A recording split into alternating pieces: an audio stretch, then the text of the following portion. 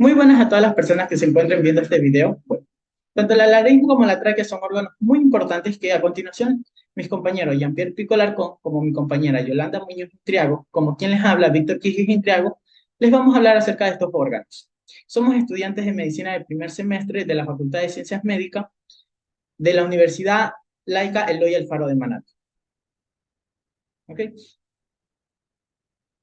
Tenemos lo que es la laringe. La laringe es un órgano esencial en la fonación, que este va a estar compuesta de múltiples piezas cartilaginosas móviles, en las que se van a extender unos repliegues membranosos, que estos van a ser los pliegues bucales.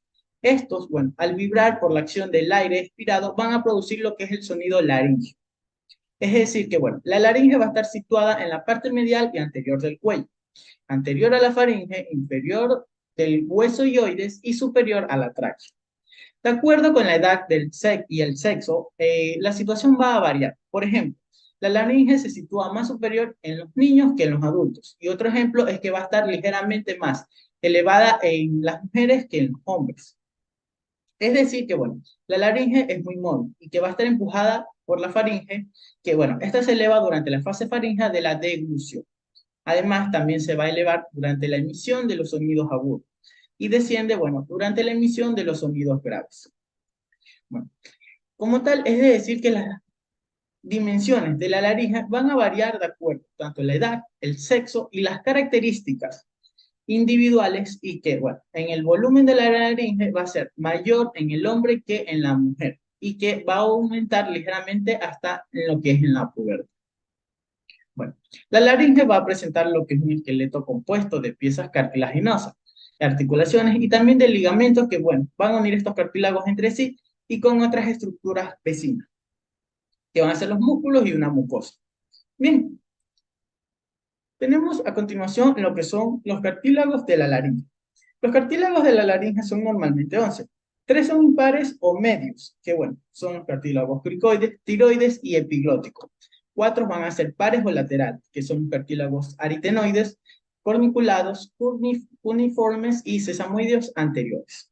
Además, también van a existir tres cartílagos inconstantes, que bueno, uno es medio, que es el cartílago interaritenoideo, y dos que van a ser los dos laterales van a ser los cartílagos sesamoideos posteriores.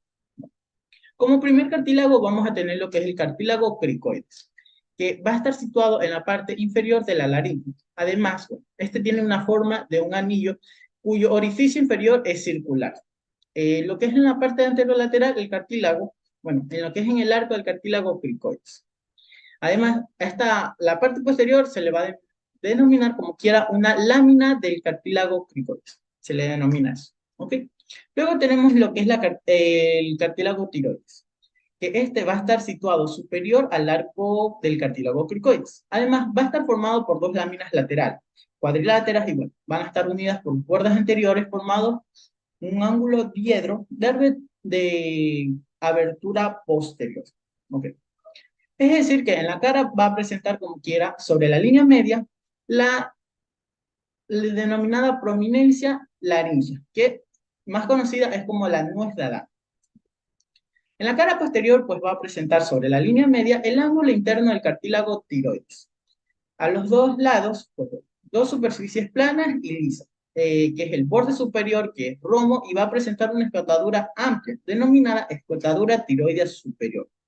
En lo que es en el borde inferior es sinuoso y más corto que el superior. Además va a mostrar una prominencia generalmente bien marcada, que es en el tubérculo inferior de la línea obliqua.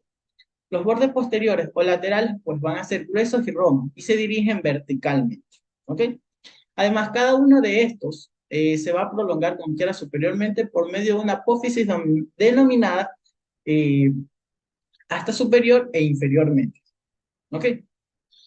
Eh, bueno, por una apófisis pequeña, que bueno, a esta se le va a denominar lo que es la asta inferior. Es decir, que bueno, en el asta superior va a medir alrededor de 15 milímetros y en el asta inferior pues va a medir lo que es la mitad de la altura del asta mayor. Bueno, como siguiente cartílago vamos a tener lo que es el cartílago epiglótico, que este va a estar situado en la parte anterior superior de la laringe, posterior del cartílago tiroides, en el que sobrepasa pues superiormente y, bueno, como tal va a dar forma al armazón esquelético de la epiglotis. Bueno, como siguiente tenemos lo que es el cartílagos aritenoides, los cartílagos aritenoides, que bueno, estos cartílagos pues son dos pequeñas piezas cartilaginosas con forma de pirámide triangular, de base inferior, situadas y superiormente a las porciones laterales de la lámina cricoide, que bueno, estos van a presentar dos caras. La cara medial, que es plana y lisa, y estrechamente, bueno, va a ser estrecha superior y anchamente inferior. ¿Okay? Va a estar tapizada por una mucosa. En lo que es en la cara pues, posterior va a ser cóncava y lisa. Y bueno, va a dar inserción a los músculos aritenoides. Además, la cara anterolateral va a presentar una depresión en su parte inferior, que es la fosita oblonga, que va a estar relacionada con el extremo posterior del pliegue vestibular. ¿Ok? Además, bueno, luego vamos a tener lo que son los cartílagos corniculados. ¿Bien? Pues estos van a ser dos pequeños nódulos cartilaginosos alargados, cónicos o cilíndricos, que van a prolongar superior y medialmente a los cartílagos aritenoides.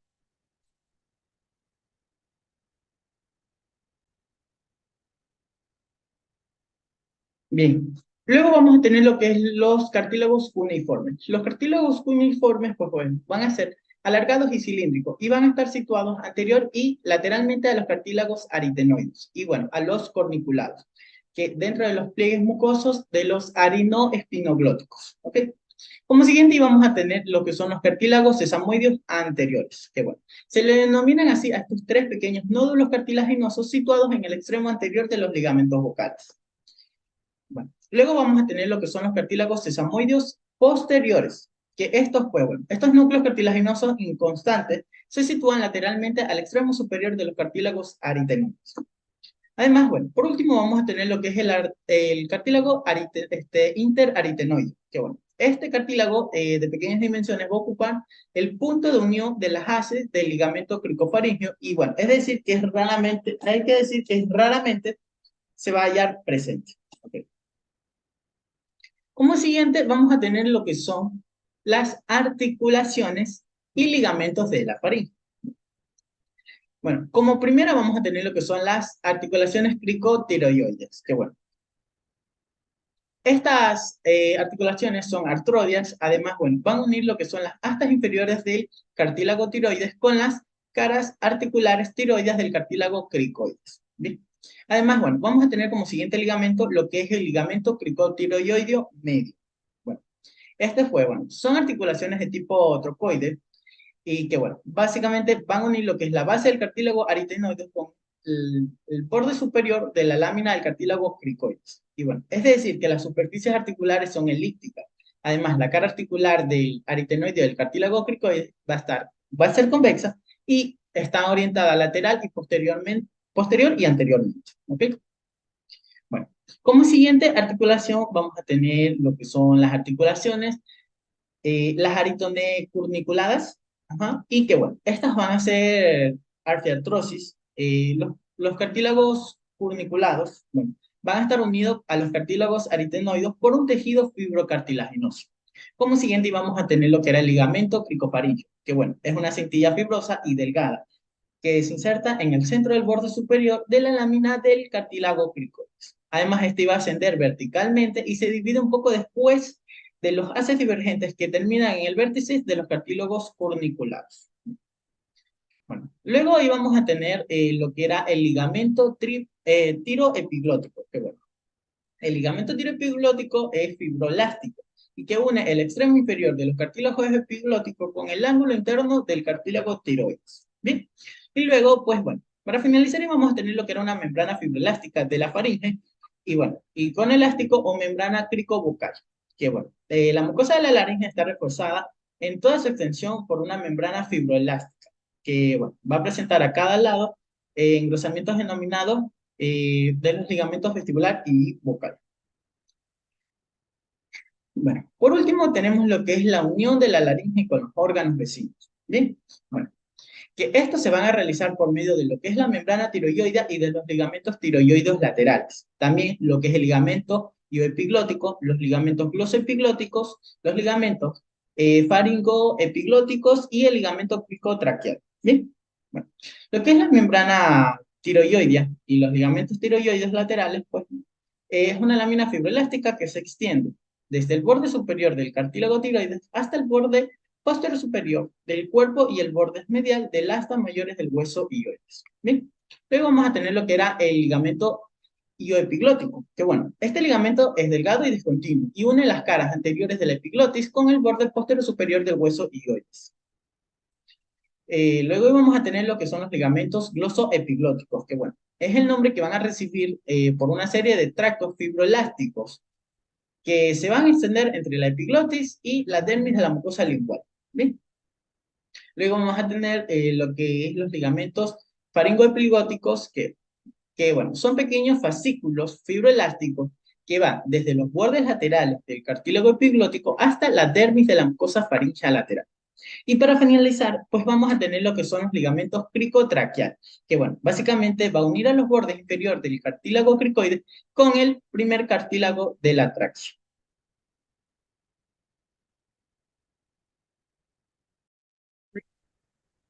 Hola, ¿qué tal? Mi nombre es Jean-Pierre Pico Alarcón y voy a continuar con los músculos de la laringe.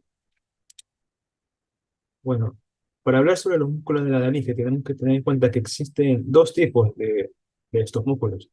Existen los músculos extrínsecos, que esto no lo vamos a hablar en este video, debido a que estos músculos normalmente se estudian en lo que es la raíz del cuello, ya que estos músculos van desde lo que es la laringe hacia otros órganos vecinos. Y es por ello que no lo vamos a ver. En el cambio, lo que nosotros nos vamos a concentrar son en los músculos intrínsecos, que estos sí son propios de la laringe, ya que estos músculos inician y terminan en el mismo órgano, regiendo así su motilidad y haciendo que sea posible la fonación de este mismo órgano. Bueno, para hablar de los músculos intrínsecos, estos se distribuyen en tres grupos, de acuerdo a su acción sobre los pliegues vocales y sobre la glotis. Como primer grupo tenemos los músculos tensores de los pliegues vocales, que es el músculo cricotiroideo, un dato a tener en cuenta es que este músculo va a ser el único que va a estar irrigado por la rama externa del nervio laríngeo superior, a diferencia de los demás músculos, que los demás músculos van a estar inervados por el nervio laringio recurrente. Bueno, para hablar sobre el músculo cricotiroideo, que es este que podemos ver aquí, este músculo se va a originar en la cara anterolateral del cartílago cricoides y se va a insertar en el borde y se va a insertar en lo que es el borde inferior y anterior del cartílago tiroides y en el asta inferior de este mismo cartílago. Cuando este músculo se contrae, lo que va a producir es que se tensen los pliegues vocales. También tenemos el segundo grupo, el grupo de los músculos bilaterales de la glotis, que al igual que el primer grupo, está conformado por un solo músculo par, un solo músculo par, como podemos ver aquí, un músculo de cada lado. Bueno, este músculo se va a originar en la cara posterior de la placa y cresta cricoides y se va a insertar en lo que es la cara posterior e interna de la apófisis muscular del aritenoides. Cuando este músculo se contrae, lo que va a producir es que se aduzcan los pliegues vocales, ensanchando así la glotis. Aquí tenemos una imagen de la acción de estos músculos. Como podemos ver aquí, la acción de los músculos cricotiroideos que pertenecen al primer grupo va a hacer que las cuerdas vocales se tensen. Eh, es decir, estas cuerdas que pueden ver aquí. Y también tenemos la acción del segundo grupo, que el grupo de los músculos cricoaritenoides posterior, que cuando estos músculos se contraen, lo que va a producir es una abducción de los ligamentos vocales. Es decir, va a hacer que los músculos se ensanchen, se separen un poco. Por último, tenemos el último grupo, que es el grupo de los músculos constrictores de la glotis, que estos músculos tienen en común que cuando se van a contraer, lo que van a hacer es acercar los bordes libres de las cuerdas vocales inferiores. Bueno, como primer grupo tenemos el músculo cricoaritenoideo-lateral, que es este músculo que podemos ver aquí. Este músculo se va a originar en la cara lateral y borde superior del cartílago cricoides y sus fibras se van a dirigir hacia la apófisis muscular del aritenoides. También tenemos el músculo tiroaritenoideo, que este músculo se va a originar anteriormente en lo que es eh, cada lado de la línea media sobre un tercio inferior del ángulo interno del cartílago tiroides y se va a insertar en la cara anterolateral del aritenoides. Como podemos ver, estos músculos eh, es fácil descifrar dónde están, dónde se originan y se insertan cada músculo, porque sus nombres propios lo indican.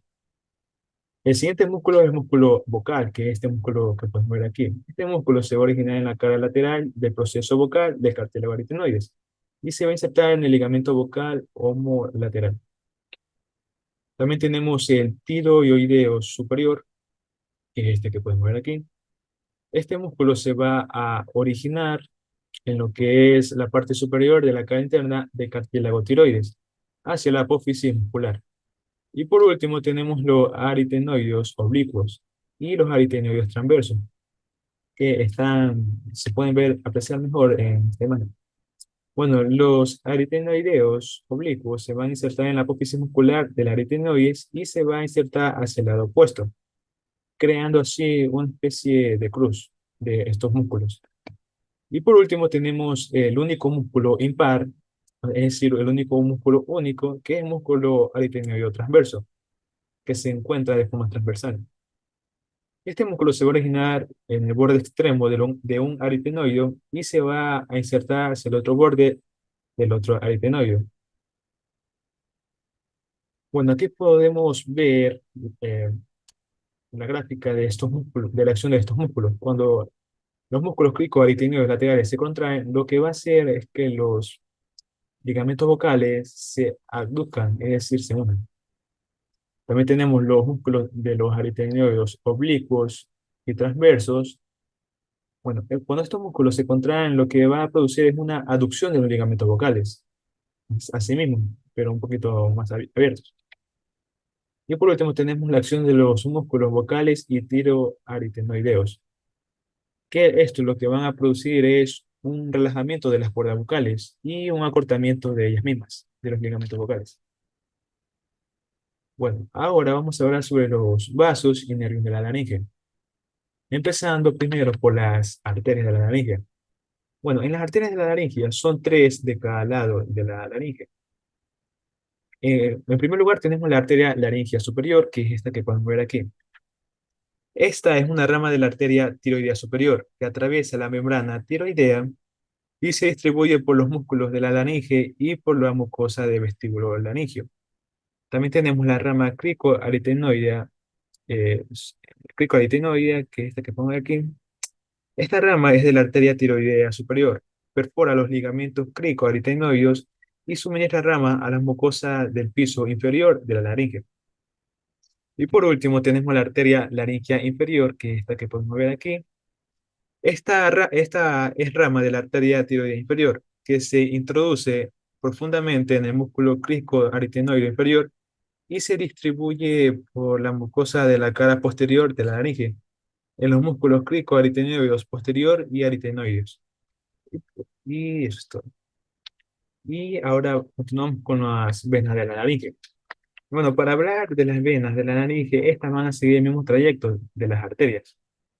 Tenemos las venas laringea superior e inferior y las venas laringea inferior. En cuanto a las venas laringea superior e inferior, estas van a drenar en la vena yugular interna, a través de la vena tiroidea superior y el tronco tirolinguofacial, como podemos ver ahí. Y también tenemos la vena laringea inferior, que esta drena lo que es la vena tiroidea inferior. También tenemos los vasos linfáticos de la laringe, que esta tiene su origen en una red linfática mucosa, donde van a estar mayormente concentradas en una zona supraglótica e infraglótica. Los vasos laringeos, originados en la zona supraglótica, se dirigen superior y lateralmente atravesando la membrana tiroidea y drenando los nódulos linfáticos cervicales laterales. Eh, y los vasos linfáticos de la zona infraglótica se distribuyen en tres grupos. Tenemos los grupos anteriores y los grupos anterolaterales. Bueno, en los vasos linfáticos anteriores atraviesan los ligamentos cricoaritenoideos medios. y drenan a lo que son los nódulos linfáticos cervicales anteriores y superiores. También tenemos los colaterales lateros posteriores, que estos van a atravesar los ligamentos cricoaritenoideos para drenar a los nódulos linfáticos relacionados con el nervio laringio recurrente. Y también tenemos ¿cómo se llama? El último grupo, que son los nódulos de la mitad lateral de la laringe, que estos pueden drenar a los nódulos de los lados opuestos. Bueno, aquí tenemos los vasos, los nervios de la laringe. Los nervios de la laringe básicamente van a ser dos: los nervios de la laringe superiores y los nervios laringe recurrentes. Estos nervios provienen de los nervios perdón, los nervios de la laringe. Todos los nervios de la laringe van a venir de estos dos nervios. Bueno, cada uno de los nervios laringeos superiores se dividen en las proximidades de los huesos hioides y dos ramos internos y otros externos. Como podemos ver aquí, un ramo externo y un ramo interno y un ramo externo. Bueno, en el ramo interno, estos van a atravesar lo que es la membrana tiroidea junto con las arterias laringe superior y se ramifican en lo que es la mucosa de la zona supraglótica de la laringe y la porción superior del proceso piriformes. En cuanto al ramo externo, esto va a inervar a lo que es el músculo cricoaritenoideo, que ya lo mencioné ahorita, antes, que es el único músculo que va a estar inervado por esta rama, y se va a dirigir a lo que es la zona infraglótica de la laringe. Y por último tenemos a los nervios laringeos recurrentes, que estos penetran profundamente a la mucosa del receso piriforme, pasando inferiormente al músculo constrictor inferior de la faringe, de cada lado de uno de ellos, dividiendo en múltiples ramos que inervan todos los músculos de la laringe, con excepción de los músculos cricoaritenoideos. Gracias. Hola con todos, soy la estudiante Muñoz Vargas Yolanda María de la Universidad Laica Eloy Alfaro de Manabí, cursando el primer semestre de la carrera de Medicina. Yo les voy a hablar sobre un órgano del aparato respiratorio que es la tráquea. Les voy a hablar de sus generalidades, sus porciones, sus relaciones, su inervación, drenaje venoso y su irrigación. La tráquea es una estructura media que se encuentra en todo lo que es la línea media del cuerpo y es únicamente del aparato respiratorio. Anatómicamente vista desde una visión lateral, va desde el borde inferior del cartílago cricoides hasta la bifurcación en bronquios principales. Este borde inferior del cartílago cricoides corresponde a la vértebra C6 hasta la sexta vértebra torácica. De largo mide de 9 a 15 centímetros. La tráquea, al igual que la laringe, suele ser más larga en los hombres que en las mujeres. Está envuelta por una estructura que es la hoja o fascia pretraqueal. También es una estructura cartilaginosa que arriba comunica la laringe y abajo se continúa con la bifurcación en bronquios principales.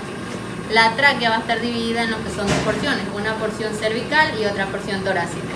La porción cervical. Esta porción cervical de la tráquea va desde el borde inferior, desde el cartílago cricoides, hasta que penetra la primera costilla, es decir, en la abertura torácica superior. Va a tener un ligamento que une el cartílago cricoides, uniría entonces el primer anillo traqueal con el cartílago cricoides. Este sería entonces el ligamento cricotraqueal. Ahora, entre los anillos cartilaginosos de la tráquea también va a haber una serie de ligamentos. Estos son denominados ligamentos anulares. Bueno, aquí en relaciones vamos a dividir en dos porciones, en lo que es una porción anterior y una porción posterior. Va a haber también relaciones laterales, bueno, estas se las iré nombrando a medida que iré poniendo. Las relaciones anteriores traqueales vamos a tener a los dos músculos intrayoideos. Hacia medial tenemos por delante de la tráquea al músculo esternotiroideo y al músculo esternocleidoioideo. También sabemos que anterior a la tráquea tenemos una vena que es la vena tiroidea inferior, que es la vena que drena de las glándulas tiroides. Además tenemos una parte de la glándula tiroides como relación anterior. Esto es el istmo de la glándula tiroides. Tenemos también una estructura que está muy poco desarrollada en el adulto, pero que en el niño es muy grande. Esta es el timo. El timo es más bien una estructura intratorácica que tiene dos prolongaciones cervicales. También tenemos una estructura que no es muy frecuente, que es la arteria tiroidea media. Esta arteria, cuando existe, deriva casi siempre del tronco arterial brachiocefálico y se dirige hacia la parte anterior de la tráquea para poder alcanzar lo que es el cartílago cricoides. Sus relaciones posteriores traqueales, la relación más importante que va a tener es la que tiene con el esófago. Este esófago va a estar siempre posterior a la tráquea. Otras relaciones son los nervios laringios recurrentes. Ellos están posterolateral a la tráquea. Otra estructura importante que se relaciona con la tráquea, más bien en sus caras laterales, son los lóbulos de la glándula tiroides. Y también tenemos el tronco arterial brachiocefálico de la vena brachiocefálica y las arterias carótidas primitivas. Las relaciones de esta tráquea intratorácica anteriormente va a tener al timo y va a tener una estrecha relación con lo que es la aorta, específicamente con el callado de la aorta. Vamos a tener a la vena brachiocefálica izquierda y a la arteria carótida primitiva izquierda, que como es tan larga en relación anterior, también de la porción cervical como de la porción torácica. Y posteriormente siempre vamos a tener al esófago, como ya mencioné antes. Bueno, la irrigación de la tráquea va a estar dada principalmente por las arterias tiroideas. Además de eso, también ayuda en lo que irrigación respecta por las arterias bronquiales izquierdas y la arteria bronquial derecha, así como también por las arterias mamarias internas. El drenaje venoso, bueno, drenan de las venas tiroides inferiores, así como también su drenaje venoso ayuda en lo que son las venas bronquiales, tanto a la derecha como a la izquierda. Y por último, que es la inervación de la tráquea. Esta inervación parasimpática, como primer punto, viene dada por unos troncos que son los nervios vagos que forman los troncos vagales. Esto es la principal inervación parasimpática. El nervio vago origina al nervio laringio recurrente y este ayuda a inervar sensitivamente y parasimpáticamente lo que es la tráquea. Y la inervación simpática, que va a ser la que va a estar encargada de dilatar en parte esta tráquea, va a estar dada por los troncos simpáticos. Por último, la inervación de la tráquea. La inervación parasimpática viene dada por los troncos que son los nervios vagos que forman los troncos vagales. Esa es la principal inervación parasimpática. El nervio vago origina el nervio laringio recurrente y este ayuda a inervar sensitivamente y parasimpáticamente lo que es la tráquea. La inervación simpática, que va a ser la que se va a encargar de dilatar en parte a esta tráquea, va a estar dada por los troncos simpáticos. Esta cadena simpática origina los filetes nerviosos que ayudan a inervar simpáticamente la tráquea. Bueno, esto ha sido todo por nuestro video. No olviden darle like y comentar.